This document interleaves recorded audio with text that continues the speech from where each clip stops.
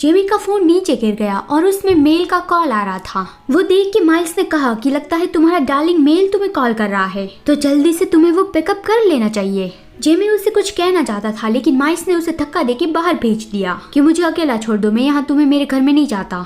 ये बोलते हुए उसने जिमी का फोन भी बाहर फेंक दिया। जिमी ने दरवाजा बंद होने से रोकते हुए उसे पूछा कि क्या अब तुम मुझे पसंद नहीं करते, लेकिन माइल्स ने तो ये कह के दरवाजा बंद कर दिया कि नहीं अब मैं नहीं करता, गुड नाइट।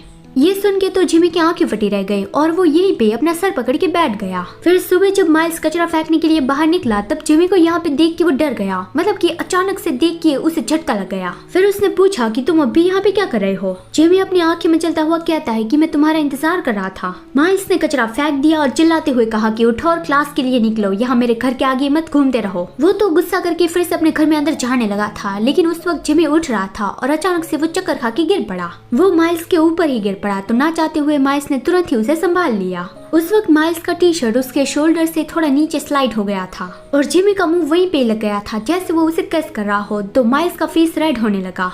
फिर जब जिमी को होश आया तब माइल्स वहाँ उसके सामने ही था कि जाग गए और जिमी ने देखा कि मैं यहाँ तुम्हारे बेड पर क्या कर रहा हूँ। माइल्स ने बताया कि तुम तो वहाँ घोड़े बेच के सो रहे थे, कौन जाने तुम्हारे साथ क्या हो जाता, तो फिर मैं घसीट के तुम्हें यहाँ पे ले आया। जिमी कहता है मतलब कि कोई मेरा फायदा उठा लेता है ऐसा। माइल्स कहता है कि मैं उस बारे में नहीं सोच रहा था, तुम क्यूट हो लेकिन इतने भी ज्यादा क्यूट नहीं हो। जिमी ने कहा कि मैं तुम्हारे साथ कितना गलत कर रहा था, तो फिर उस बात को लेके जब मैं बेहोश था तब तुम मेरी पिटाई कर सकते थे। ये सुन के माइल्स सोचता है कि मतलब उसे पता था कि वो मेरे साथ गलत कर रहा है, लेकिन अब ये सारी चीजें कहने का क्या फायदा, अब तो बहुत ज्यादा देर हो गई है। और उसने कहा कि अब तुम्हारी तबीयत ठीक हो गई हो तो प्लीज जाओ यहाँ से। और जैसे ही जिमी बाहर निकला उसने तुरंत ही दरवाजा बंद कर दिया, जिमी को कुछ भी कहने का मौका ही नहीं दिया।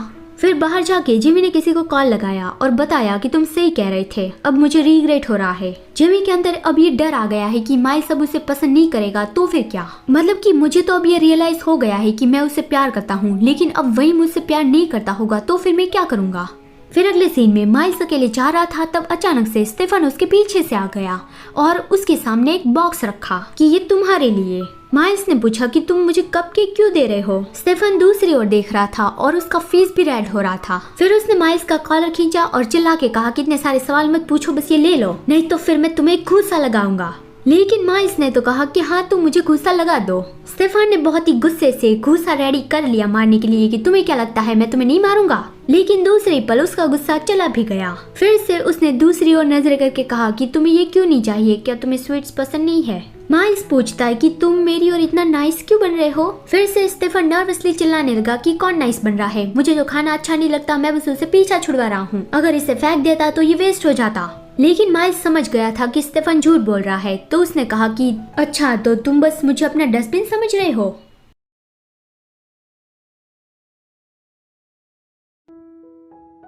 माइल्स स्टेफन को टीज कर रहा था कि तुम बस मुझे अपना डस्टबिन समझते हो। स्टेफन मना करने लगा कि नहीं बिल्कुल भी नहीं, ऐसी बात नहीं है, और उसने माइल्स के हाथ में वो बॉक्स रख दिया कि मैं बस ये तुम्हारे लिए ही लाया था, ठीक है ले लो इसे। माइल्स सोचता है कि मैं जब जिमी का पीछा कर रहा था तब क्या जिमी को भी ऐसा ही फील होता होगा, और क्या स्टेफन सच में मुझे पसंद करता है। वो स्टेफन से पूछना चाहता था कि क्या तुम मुझे पसंद तो नहीं करते ना, लेकिन स्टेफन ने उसे गुस्से से कहा कि क्या है, तो फिर माइल्स ने उससे नहीं पूछा कि नहीं कुछ भी नहीं। उसने तय कर लिया कि अभी उसे इस मामले में पढ़ना ही नहीं है। वो जाने लगा और गिफ्ट वापस कर दिया कि अब आगे से मेरे लिए कुछ भी मत लाना, मैं एक्सेप्ट नहीं करूंगा। स्टेफन ने चिल्लाया कि तो फिर मैं इसे फेंक दूंगा, और माइल्स ने भी कहा कि हाँ जो करना है वो करो। वो डस्टबिन के पास गया और बार बार उसे ये कहने लगा कि देखो मैं इसे फेंकने जा रहा हूँ। और जैसे ही माइल्स ने ये कहा कि स्टेफन रुको, तो तुरंत ही वो वापस आ गया कि क्या हुआ, क्या तुम्हें ये वापस चाहिए। लेकिन माइल्स ने कहा कि फेंकने से पहले तुम्हें उसे सेपरेट करना होगा, मतलब कि अंदर का केक और बाहर वाला बॉक्स अलग अलग डस्टबिन में डालना होगा। फिर वो जाने लगा कि अब मैं क्लास के लिए निकलता हूँ, बाद में मिलेंगे। स्टेफन बहुत गुस्सा हो गया, लेकिन थोड़ी ही देर में उसका गुस्सा चला भी गया। वो फिर से माइल्स के पीछे जाने लगा कि मैं तुम्हारे साथ तुम्हारी क्लास में चलूंगा। जिमी भी माइल्स के लिए कुछ स्वीट्स ले आया था और उसके क्लास के बाहर ही आसपास कहीं पे उसका इंतजार कर रहा था। लेकिन उसने माइल्स के साथ स्टेफन को भी देखा जो लगातार उसके बालों को टच किए ही जा रहा था कि जब तक तुम हाँ नहीं कहोगे तब तक मैं ये करता ही रहूंगा। उन दोनों को इस तरह से साथ में देख के जिमी बहुत ही गुस्सा हो गया और तुरंत ही उसके पास जाना चाहता था, लेकिन वो रुक गया और माइल्स के लिए जो स्वीट्स लाया था उसका बॉक्स डस्टबिन में फेंक दिया। स्टेफन अपनी क्लास छोड़ के माइल्स की क्लास में आ गया था। तो क्लास खत्म होने के बाद माइल्स उसे कह रहा था कि अगली बार यहाँ पे मत आना। अगर तुमने अपनी क्लास अटेंड नहीं की और फिर तुम फेल हो गए तो फिर क्या होगा। स्टेफन कहता है कि तुम्हारी बात में दम है, अगली बार तुम मेरी क्लास में आ जाना। माइल्स उसे पक चुका है कि मैं उस बारे में नहीं कह रहा था। स्टेफन उसके करीब आ गया और उसके फेस पर क्रश करते हुए कहा कि अगर हम दोनों की सारी क्लासेस सेम होती तो फिर हमें एक भी क्लास मिस नहीं करनी पड़ती।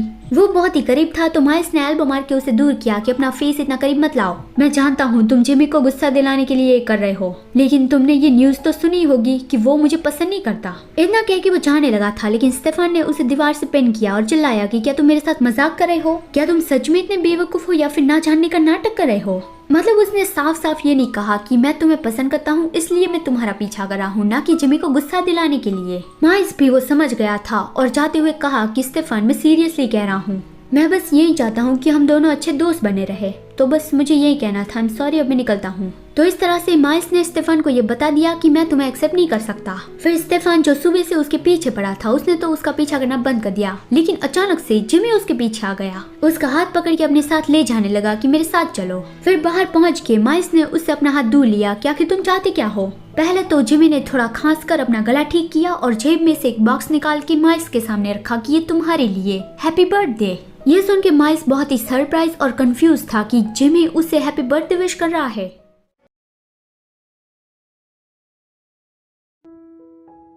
जिमी ने बताया कि तुम हर बार मेरा बर्थडे सेलिब्रेट करते हो, तो फिर मुझे लगा कि इस बार मेरी बारी है फेवर रिटर्न करने की। वो माइल्स को एक छोटा सा बॉक्स देते हुए बताता है कि इसे ढूंढने के लिए मुझे काफी सारी स्टोर पे जाना पड़ा था, तो उम्मीद करता हूँ कि तुम्हें ये अच्छा लगे। और शायद काफी सारे गिफ्ट्स में से ये पहला गिफ्ट है। मतलब कि आगे भी वो उसे काफी सारे गिफ्ट्स देने की प्लानिंग कर रहा है। माइल्स सोचने लगा कि कितने सारे सालों के बाद कोई उसे हैप्पी बर्थडे विश कर रहा है, और बर्थडे प्रेजेंट तो कभी किसी ने उसे दिया ही नहीं। उसने तो कभी अपने सपने में भी ये नहीं सोचा था कि उसे पहला हैप्पी बर्थडे विश करने वाला और उसे गिफ्ट देने वाला जिमी होगा। जिमी उसे बार बार गिफ्ट लेने के लिए कह रहा था कि इसे ले लो, लेकिन माइल्स ने गिफ्ट लेने से मना कर दिया कि तुमने मेरा बर्थडे याद रखा इसलिए थैंक यू, लेकिन मुझे ये गिफ्ट नहीं चाहिए। और जिमी के पूछने पे कि तुम्हें ये क्यों नहीं चाहिए, माइल्स ने बताया कि अभी हम दोनों के बीच में कुछ भी नहीं है और आगे भी मैं तुम्हारे साथ कुछ भी लेना देना नहीं रखना चाहता, और ऊपर से मैं जिन लोगों को पसंद नहीं करता उन लोगों के पास से गिफ्ट एक्सेप्ट नहीं करता। इतना कह के वो जाने लगा था, लेकिन अचानक से जिमी उसे पीछे से बहुत ही टाइटली गले लगाता है और बार बार माइल्स का नाम लेने लगा। माइल्स ने उसे दूर करने की कोशिश की, जिमी तो दूर नहीं हुआ, लेकिन वो जो गिफ्ट लाया था वो नीचे गिर पड़ा। बॉक्स खुल गया और हमें देखने मिल गया कि गिफ्ट में थी एक वॉच। जिमी माइल्स से कहने लगा कि मैं हमेशा से जानता था कि तुम्हें एक वॉच चाहिए थी, तो फिर जब तक मुझे एक बेस्ट वाली नहीं मिल गई तब तक मैं सारी स्टोर पे घूमता रहा। मैं बस तुम्हें खुश करना चाहता हूँ, और मुझे ये भी पता है कि तुम्हें स्वीट्स खाना पसंद है, खासकर तुम्हें मैक्रोन्स खाना पसंद है, और तुम हमेशा कैजुअल कपड़े पहनते हो। माइल्स उससे कैसे भी करके दूर होने की कोशिश करता है, लेकिन जिमी उसके हाथ पकड़ लेता है और बोलना कंटिन्यू ही रखता है कि उसे भी माइल्स के बारे में कितनी सारी चीजें पता है।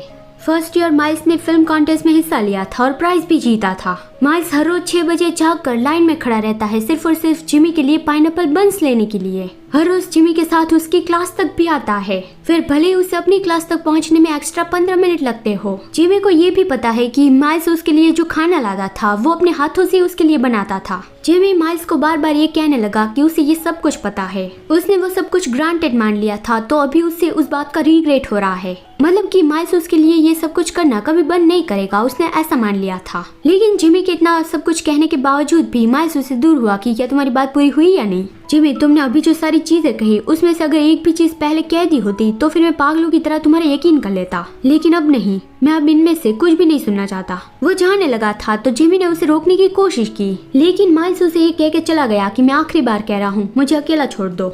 फिर वो बार में आके ड्रिंक करने लगा था और ड्रंक भी हो गया था। वो ड्रंक हालत में ही जिमी को गालियां दे रहा था। वो खराब हालत में लग रहा था, तो फिर बारटेंडर को उसकी चिंता हो रही थी कि आपने बहुत ज्यादा ड्रिंक कर ली है, आप किसी को कॉल करके बुला लो ताकि वो आपको घर ले जाए। लेकिन माइल्स तो ड्रंक हालत में बार बार जिमी को गालियां दिए ही जा रहा था। तो फिर बारटेंडर ने ही माइल्स के मोबाइल से जिमी को कॉल लगा दिया और जिमी को बता दिया कि वो यहाँ पे इस बार में ड्रंक हो गया है। जिमी ने भी बता दिया कि हाँ मैं तुरंत ही पहुँच रहा हूँ।